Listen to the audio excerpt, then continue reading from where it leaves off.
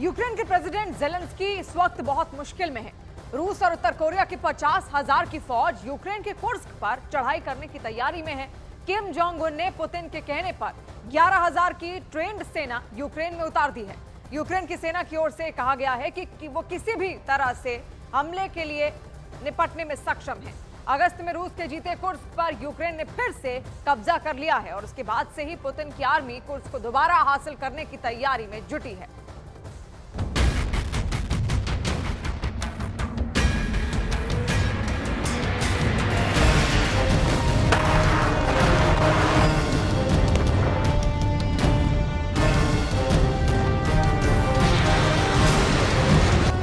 Putin की red force red Ukraine के Kursk में होगा प्रलय। किम जोंग उन की सेना थंडरबोल्ट ने संभाला मोर्चा। 11,000 उत्तर कोरियाई सेना यूक्रेन में तैनात।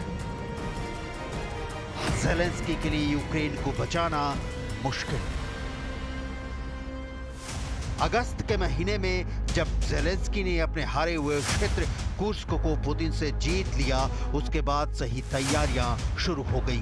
रूस के कमांडरों की मीटिंग पर मीटिंग, वॉर रूम में पुतिन की मैराथन बैठक, यूक्रेन फ्रंट पर लड़ रही सेना को मैसेज, सारे इंतजाम किए गए और जो नतीजा अब सामने है उसका रिजल्ट देखकर ज़ेलेंस्की को रोना आ रहा होगा। पुतिन ने कुर्स्क क्षेत्र को यूक्रेन के कब्जे से वापस लेने के लिए 50,000 सैनिकों को जमा किया है। इनमें 40,000 सैनिक रूसी हैं जबकि 10,000 उत्तर कोरियाई सैनिक हैं। एक रिपोर्ट में दावा किया गया है कि पुतिन ने कुछ ही दिनों में कुर्स्क पर हमला करने की योजना बनाई है। न्यूयॉर्क टाइम्स के मुताबिक किम जोंग उन और पुतिन की संयुक्त सेना हमला करने के लिए फुल एंड फाइनल तैयारी कर चुकी है। उत्तर कोरिया के किम जोंग उन ने हाल ही में अपनी सेना को यूक्रेन के खिलाफ पुतिन की मदद के लिए भेजा है। कहा जा रहा है कि उत्तर कोरिया के सैनिक रूसी वर्दी पहने हुए हैं। पुतिन की सेना उत्तर कोरियाई सैनिकों को पैदल सेना की रणनीति, तोपखाने का हमला और खाई साफ करने का प्रशिक्षण दे रही है।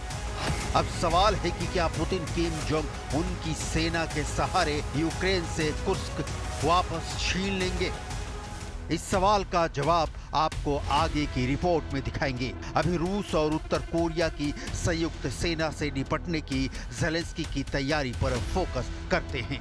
पश्चिमी मीडिया में छपी रिपोर्ट के मुताबिक कुर्स्क के कब्जे वाले हिस्से पर यूक्रेन की रक्षा पंक्ति मजबूत बनी हुई है। ज़ेलेंस्की अपनी पकड़ बनाए रखने में सक्षम दिख रहे हैं। इस बीच कुर्स्क में यूक्रेन के जवानों की उत्तर कोरिया के सैनिकों के साथ पहली मुठभेड़ हो चुकी है। इसमें यूक्रेन के 40 सैनिक मारे गए थे। पुतिन और किम जोंग उन के वॉर प्लान से अमेरिका और नेटो देशों में हड़कंप मच गया है। उत्तर कोरिया का धुर विरोधी दक्षिण कोरिया भी सख्ते में है। यूक्रेन का जिगरी यार अमेरिका परेशान है। रूस 2.5 साल से ज्यादा लंबे युद्ध में यूक्रेनी जमीन के 5वें हिस्से पर कब्जा कर चुका है। लगभग 20% इलाका अब तक रूसी सेना यूक्रेन में रौंद चुकी है। अकेले कुर्स्क में ही 6 अगस्त 2024 से लेकर 25 अक्टूबर 2024 तक 25,000 से ज्यादा यूक्रेनी सैनिक मारे जा चुके हैं।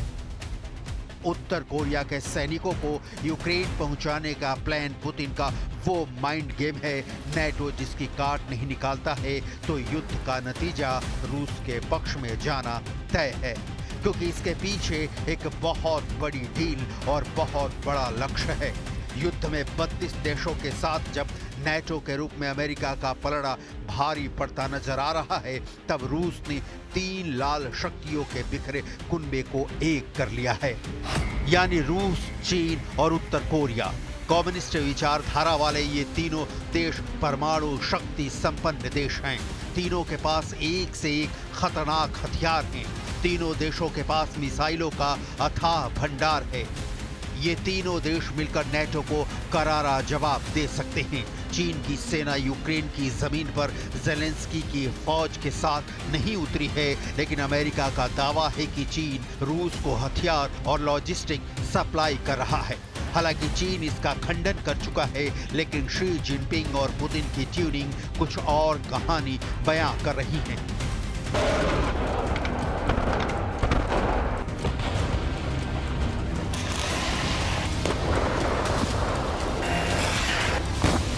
करीब 5 महीने पहले राष्ट्रपति व्लादिमीर पुतिन और उत्तर कोरिया के किम जोंग उन ने नए डिफेंस डील पर समझौता किया, जिसके मुताबिक अब अगर किसी भी देश ने उत्तर कोरिया या फिर रूस पर हमला किया तो उसे दोनों देशों पर हमला माना जाएगा।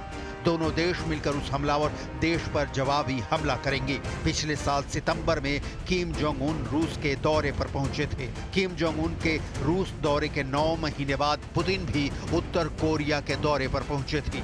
इस दौरान पुतिन ने यूक्रेन से जंग में रूस का साथ देने के लिए किम जोंग उन को धन्यवाद कहा।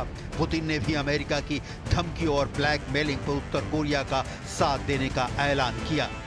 किम जोंग उन और पुतिन का कॉमन दुश्मन है अमेरिका। रूस जैसे ताकतवर देश के साथ हाथ मिलाकर किम जोंग उन दक्षिण कोरिया से हिसाब बराबर करने के लिए पुतिन के साथ की गारंटी चाहते हैं।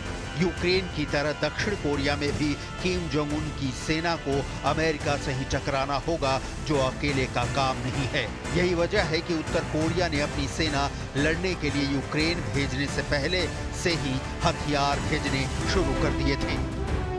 दक्षिण कोरिया की एजेंसी ने यह भी दावा किया है कि 13,000 से ज्यादा अधिक कंटेनरों में उत्तर कोरिया ने पिछले साल अगस्त से रूस को तोपखाने के गोले, बैलिस्टिक मिसाइलें और एंटी टैंक रॉकेट भेजे हैं। इसमें कहा गया कि कुल मिलाकर 8 मिलियन से अधिक तोपखाने और रॉकेट राउंड रूस भेजे गए।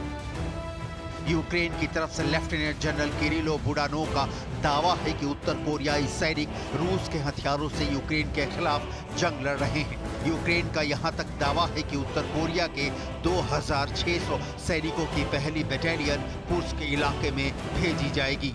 उत्तर कोरियाई सैनिक यूक्रेन की जमीन पर कितने कामयाब होते हैं, ये देखना बहुत दिलचस्प होगा, क्योंकि इन सैनिकों की क्षमता को लेकर सवाल खड़े हो रहे हैं। सैनिकों की तस्वीरें देखकर लगता है कि इनमें से कई की लंबाई कम और कदकाठी पतली है। ऐसा लगता है कि उन्होंने युद्ध प्रशिक्षण मैदानों की तुलना में किम जोंग उन की योजनाओं पर ज्यादा वक्त बिताया है। इसी बहाने यहाँ आपको उत्तर कोरिया की फौज की ताकत कितनी है ग्राफिक्स के जरिए दिखाते हैं। उत्तर कोरिया में 13 लाख सक्रिय सैनिक हैं, 76 लाख रिजर्व सैनिक हैं, जो उसकी आबादी का 30% हैं, जो इसे दुनिया की चौथी सबसे बड़ी सेना बनाता है। उत्तर कोरिया में हर पुरुष को 8 से 10 साल और महिलाओं को 5 साल तक मिलिट्री सेवा देना अनिवार्य है। उत्तर कोरिया के पास 4,300 टैंक, 8,800 तोपें, 810 लड़ाकू विमान और 70 पनडुब्बियां हैं। उत्तर कोरिया ने 5,000 टन रासायनिक हथियारों का भंडार भी बनाया है।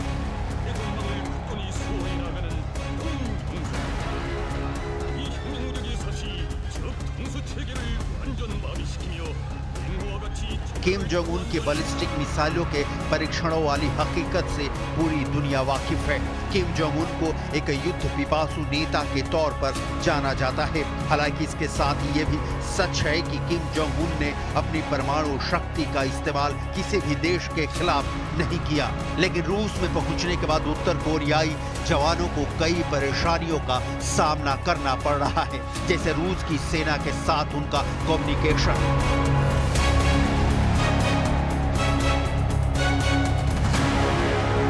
भाषा जिसमें बड़ी बाधक है। कोरियाई युद्ध के बाद उत्तर कोरिया की सेना पहली बार है जब विदेशी जमीन पर लड़ने पहुंची है। दक्षिण कोरिया की खुफिया एजेंसी का कहना है कि रूस उत्तर कोरियाई सैनिकों को प्रति माह लगभग 2,000 अमेरिकी डॉलर का भुगतान करेगा।